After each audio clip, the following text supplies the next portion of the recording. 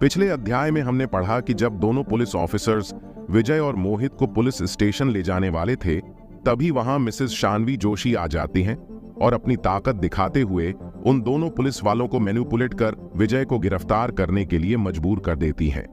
लेकिन जैसे ही पुलिस वाले विजय को अरेस्ट करने वाले थे, तभी वहां क्राइम ब्रांच का टीम कैप्टन पहुंच जाता है, जो उन दोनों को अच्छे से डांटता है। अब आगे, अगर उन्होंने विजय को गिरफ्तार कर लिया होता तो कैप्टन आदित्य सोच भी नहीं सकता था कि पुलिस स्टेशन पर कैसी आपदा आकर गिरती। कैप्टन आदित्य के दिमाग में यही सब बातें चल रही थीं। फिर उसने रूम में अंदर आते हुए उन दोनों पुलिस वालों से कहा, तुम दोनों मूर्ख हो। फिर उसने उनका सिर थपथपाते हुए कहा, क्या तुम लोग अपनी नागरिक पुलिस की प्रतिष्ठा को भूल गए हो? तुम्हारा पहला कर्तव्य मामले को अच्छे से समझना है, ताकि किसी निर्दोष को सजा ना हो सके। दोनों पुलिस वालों ने अपना सिर रगड़ते हुए दयनीय आवाज में कहा, कैप्टन, अपना मुंह बंद रखो। क्या मैंने तुम लोगों को बोलने की अनुमति दी थी? कहीं तुम दोनों वापस ट्रैफिक ड्यूटी पर तो नहीं जाना चाहते? कैप्टन आदित्य ने चिल्लाते हुए कहा। दोनों पुलिस वालों ने तुरंत अपना मुंह बंद कर लिया और कुछ नहीं कहा। कमरे में मौजूद लोगों के चेहरे अजीब हो गए। किसी को कुछ पता नहीं था कि क्या हो रहा है। शानवी भी उलझन में थी। उसे समझ नहीं आ रहा था कि आखिर यह कैप्टन आदित्य कहां से आ गया। कैप्टन आदित्य, आप सही समय पर आए हैं। आप ही मेरे बेटे को न्याय दिला सकते हैं। उसका फूला हुआ चेहरा देखिए। ऐसा लगता है कि इस भिखारी ने उसे जान से मारने के इरादे से ऐसा किया था। यह गरीब भिखारी एक हिंसक अपराधी है। उसे बाहर नहीं छोड़ना चाहिए, वरना वो लोगों को ऐसे ही मारता फिरेगा। आप उसे गिरफ्तार कर लो। कैप्टन आदित्य की आंखें सिकुड़ गईं। अपना मुंह बंद करो। घटना की अभी तक जांच नहीं की गई है। इसमें गिरफ्तार करने के लिए क्या है? शानवी एक पल के लिए स्तब्ध रह गई। फिर वो चिल्लाई, मेरे बेटे का चेहरा देखो। क्या इतना काफी नहीं है? क्या तुम्हें पता भी है कि मैं कौन हूं? मेरा भाई ट्रेड एंड कॉमर्स ब्यूरो का सचिव है। वो तुम्हारे कमिश्नर का अच्छा दोस्त है। मैं सिर्फ एक फोन कॉल करके तुम्हारी नौकरी गंवा सकती हूं। ओह, ट्रेड एंड कॉमर्स ब्यूरो के सचिव? कैप्टन आदित्य ने मुस्कुराते हुए कहा।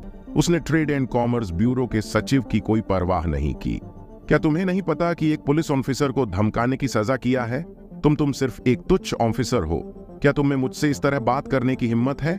मैं तुम्हारी कमिश्नर से इस बारे में शिकायत करूंगी। बस तुम इंतजार करो। कैप्टन आदित्य की ओर इशारा करते हुए शानवी चिल्लाई।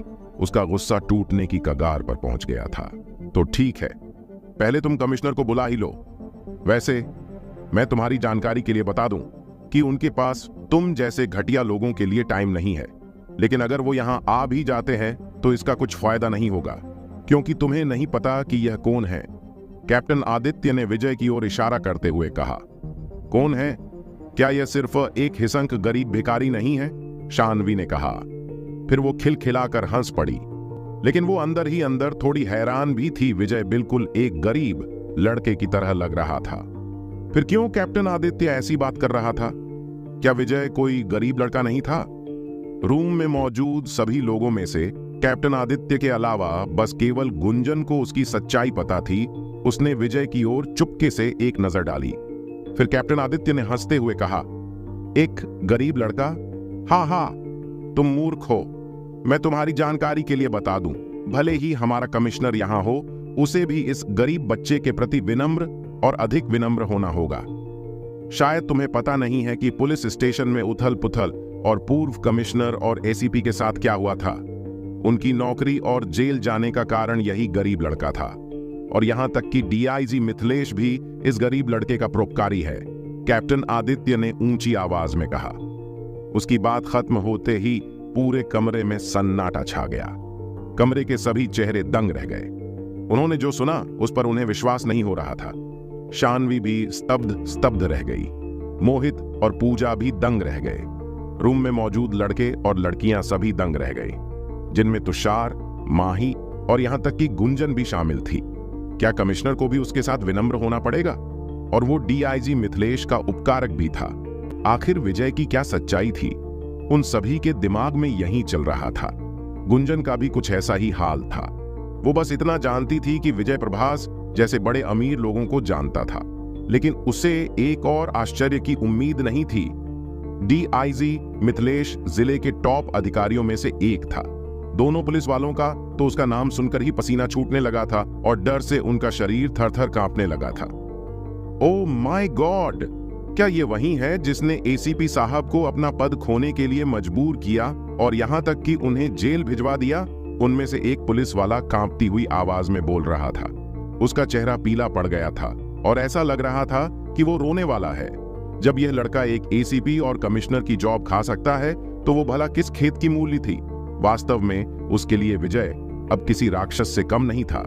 बस यही सोच सोचकर वो लगभग रोने की कगार पर था। फिर उसने राहत की सांस ली और कैप्टन आदित्य को कृतज्ञता के साथ देखा। अगर उन्होंने उसे सही समय पर नहीं रोका होता तो वो बड़ी मुसीबत में पड़ जाता। काफी देर तक कमरे में कोई नहीं बोला। सबकी नजरें उस लड़के पर टिकी थीं जो शांति से कुर्सी पर बैठा हुआ था। यह कैसे संभव है? यह कैसे संभव है? भीड़ में मौजूद सोनू का रंग थोड़ा पीला पड़ गया था। उसे विश्वास नहीं हो रहा था कि जिस गरीब हारे हुए इंसान को वो हमेशा नीच मानता था, वो 3 साल बाद एक बड़ा आदमी बन जाएगा। मोहित को भी इस पर विश्वास नहीं हो रहा था। उसका चेहरा बुरी तरह से काला पड़ गया था। मुझे इस पर विश्वास नहीं है, तुम झूठ बोल रहे हो। कौन से डीआईजी? तुम बस हमें डराने की कोशिश कर रहे हो। क्या यह विजय सिर्फ एक गंदी नाली का कीड़ा नहीं है? वो गुस्से में चिल्लाया। क्या मजाक है? तुम कह रहे हो कि डीआईजी साहब इस भिखारी के परोपकारी है? रुको, मैं अपने भाई को फोन करती हूं। शानवी ने बात करते हुए अपना फोन निकाला, फिर एक नंबर डायल किया। भाई, मोहित एक मुसीबत में पड़ गया है। उसे किसी ने बहुत बुरी तरह से पीटा है। शानवी बहन, आपने बस मुझे इतनी छोटी सी बात के लिए फोन किया है। एक काम करो, आप उसे अरेस्ट करवा दो। फोन पर एक धीमी आवाज सुनाई दी। नहीं, पुलिस उस लड़के को अरेस्ट नहीं करेगी। आदित्य नामक एक पुलिस कैप्टन मुझे बता रहा था कि वो डीआईजी मिथिलेश का परोपकारी है। उसने कहा कि कमिश्नर भी उसके प्रति विनम्र होगा। भाई, क्या यह मजाक नहीं है? कॉल का दूसरा छोर अचानक चुप हो गया और एक पल के पॉज के बाद आवाज आई। उस लड़के का नाम क्या है जिसने आपके बेटे को पीटा है? उसका नाम विजय है। मैंने तो सुना है कि वो सिर्फ गांव का एक गरीब लड़का है। कॉल का दूसरा छोर फिर से चुप हो गया। मोहित, वो बदमाश हमेशा किसी न किसी मुसीबत को मोल लेता रहता है। मैं उसके लिए कितनी बार सफाई दूं, अब मैं कुछ नहीं कर सकता। यह कहकर दूसरी ओर से जल्दबाजी में फोन काट दिया गया। शानवी का चेहरा चादर की तरह पीला पड़ गया था क्योंकि उसने अपने भाई से यह उम्मीद नहीं की थी, लेकिन अब वो समझ गई थी कि इस बार उसका बेटा नहीं बचने वाला। तथाकथित गांव का यह लड़का वास्तव में डीआईजी का परोपकारी था। उसका शरीर हिल गया और वो लगभग गिर ही गई। उसकी प्रतिक्रिया देख हर कोई समझ चुका था कि कैप्टन आदित्य ने सच कहा था। सब एक बार फिर दंग रह गए। क्या अभी भी कोई और मोहित का स्टैंड लेने के लिए आने वाला था? क्या विजय भी कुछ करने वाला है या यह मामला ऐसे ही निपट जाएगा? आखिर क्या होगा विजय की इस दिलचस्प कहानी का अगला पड़ाव? पिछले अध्याय में हमने पढ़ा कि कैप्टन आदित्य ने विजय की सच्चाई बताई थी कि वो डीआईजी मिथिलेश को अच्छे से जानता है, लेकिन किसी को इस बात पर यकीन नहीं था। इसीलिए शिवानी जोशी ने अपने भाई ट्रेड एंड कॉमर्स के सचिव को कॉल की थी, लेकिन विजय का नाम सुनकर उसने भी कॉल कट कर दी थी। अब आगे पूरे कमरे में एकदम सन्नाटा पसरा हुआ था और सभी की नजरें उस लड़के पर टिकी थीं जो शांति से कुर्सी पर बैठा हुआ था। उनमें से कुछ को पहले संदेह था, लेकिन अब उन्हें इस सच्चाई पर विश्वास करना पड़ा था। भले ही उन्हें इस पर विश्वास हो गया था, लेकिन फिर भी उन्हें इस तथ्य को स्वीकार करना मुश्किल लगा कि गांव का एक गरीब लड़का जो कॉलेज भी नहीं जाता था और जिसका सभी मजाक उड़ाते थे, अचानक इतना कैसे बदल गया। ये बदलाव इतना तीव्र था कि सभी को लगा कि यह कोई सपना है। सोनू वहीं मौके पर जम गया और वो निराश नजर आने लगा था। इस वक्त वो खुद को बहुत कोस रहा था क्योंकि उसने विजय का मजाक उड़ाया था और खुद के बारे में गुड़गांव यूनिवर्सिटी में एडमिशन मिलने पर डींगे मारी थी। लेकिन अब यह एक मजाक की तरह लग रहा था जब उसने इसके बारे में सोचा। जिस चीज पर उसे गर्व था वो दूसरी पार्टी की नजरों में कुछ भी नहीं थी। फिर उसका पूरा शरीर कांप उठा क्योंकि उसके दिल में विजय के लिए डर पैदा हो गया था। उसके बगल में खड़े कई लड़के भी खुद पर शर्म महसूस कर रहे थे। जब उन्होंने सुना कि विजय कॉलेज नहीं जाता है तो उन्होंने चुपचाप उसका मजाक उड़ाया था। उन्होंने सोचा था कि वो जीवन भर मामूली मजदूरी वाले काम करता रहेगा, लेकिन कौन जानता था कि 3 साल बाद विजय के भाग्य में इतना बदलाव आएगा कि वो एक सफल इंसान बन जाएगा। अब उन्हें इस बात का पछतावा होने लगा कि उन्होंने उसके साथ बेहतर बर्ताव क्यों नहीं किया था। इस वक्त उनकी नजरें गुंजन पर टिकी हुई थीं, क्योंकि उन्होंने सोचा कि क्यों गुंजन एक गरीब लड़के के प्यार में अंधी थी। लेकिन अब उन्हें एहसास हुआ कि ऐसा क्यों था। कुछ लड़कियों के दिलों में अब विजय के लिए एक अलग जगह बन गई थी। हाँ, तो मिस जोशी, क्या अभी भी आपको जो मैंने कहा उस पर विश्वास नहीं है? कैप्टन आदित्य ने शिवानी का मजाक उड़ाते हुए कहा।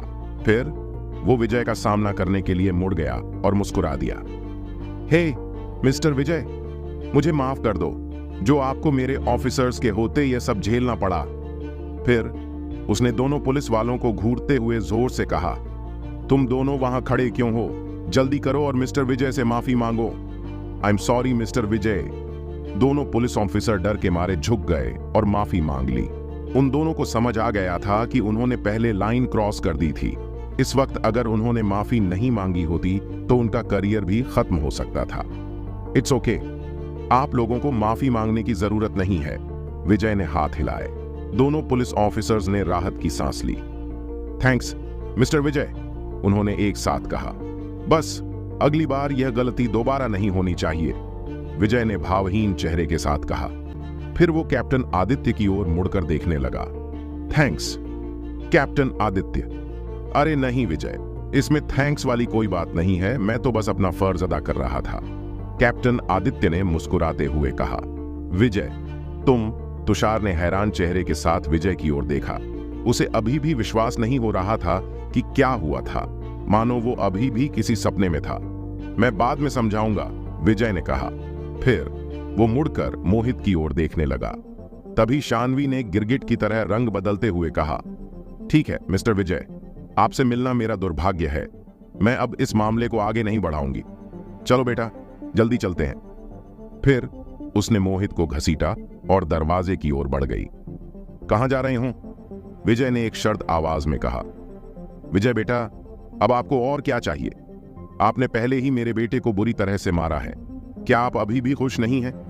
इसके अलावा आपके पास कोई सबूत नहीं है तो आप मेरे बेटे का क्या कर सकते हैं? यह मत सोचिए कि आप डीआईजी मिथिलेश को जानते हैं तो आप कुछ भी कर सकते हैं, शानवी ने गुस्से में कहा।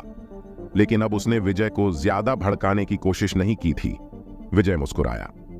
किसने कहा कि मेरे पास सबूत नहीं है? फिर वो खड़ा हुआ और एक वीडियो कैमरा बाहर निकाला। यह देखकर मोहित का चेहरा डर से पीला पड़ गया। वो कैसे सबसे इंपॉर्टेंट बात भूल सकता था? कैमरे के अंदर सब कुछ रिकॉर्ड किया गया था। नहीं, मुझे उसे फाइल ओपन करने से रोकना होगा। विजय की ओर बढ़ते हुए उसका चेहरा बदहवास हो गया। यह मेरा है, इसे मुझे लौटा दो।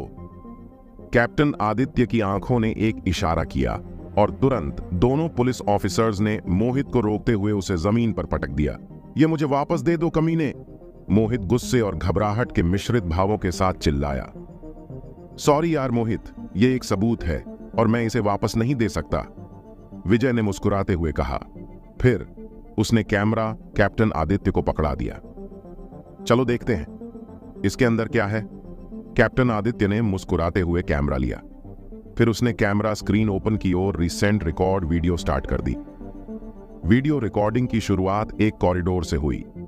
वो इसी होटल रूम के बाहर का कॉरिडोर था। पूजा माही को रूम की ओर ला रही थी और कैमरे की ओर बढ़ रही थी, जो शायद मोहित ने सामने से पकड़ रखा था। कैमरा बीच बीच में हिल रहा था और थोड़ी ग्लिच की आवाजें आ रही थीं।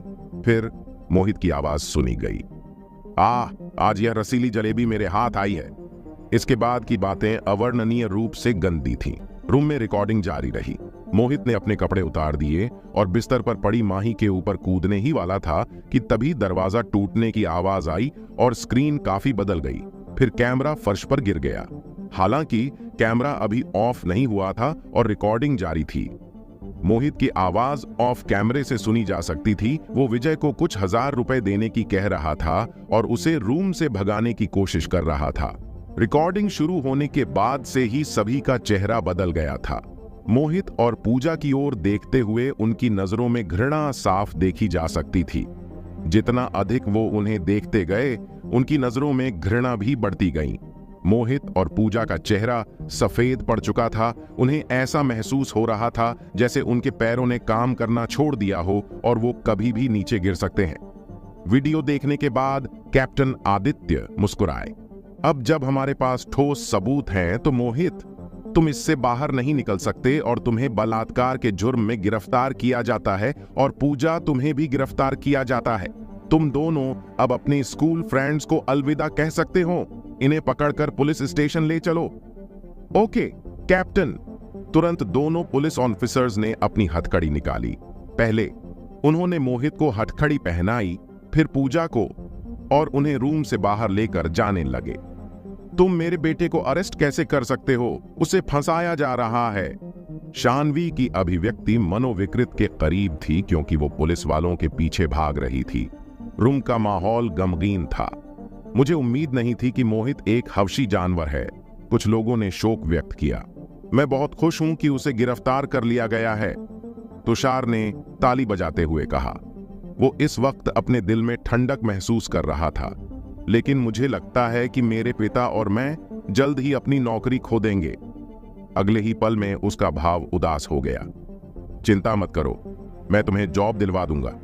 मैं कई अमीर लोगों को जानता हूं। तुम्हें खुद की ओर अपने पिता की जॉब के लिए चिंता छोड़ देनी चाहिए, विजय ने कहा। सच में? थैंक यू, तुषार ने खुशी से कहा। सभी क्लासमेट्स ने विजय को एक अलग नजर से देखा और उन्हें तुषार के लिए भी खुशी महसूस हुई। शायद अब वो जल्द ही अपनी लाइफ में तरक्की करने वाला था, क्योंकि वो विजय के साथ जुड़ चुका था। क्या सच में विजय तुषार और उसके पिता के लिए कोई अच्छी नौकरी ढूंढ पाएगा? आखिर क्या होने वाला है विजय की इस दिलचस्प कहानी का अगला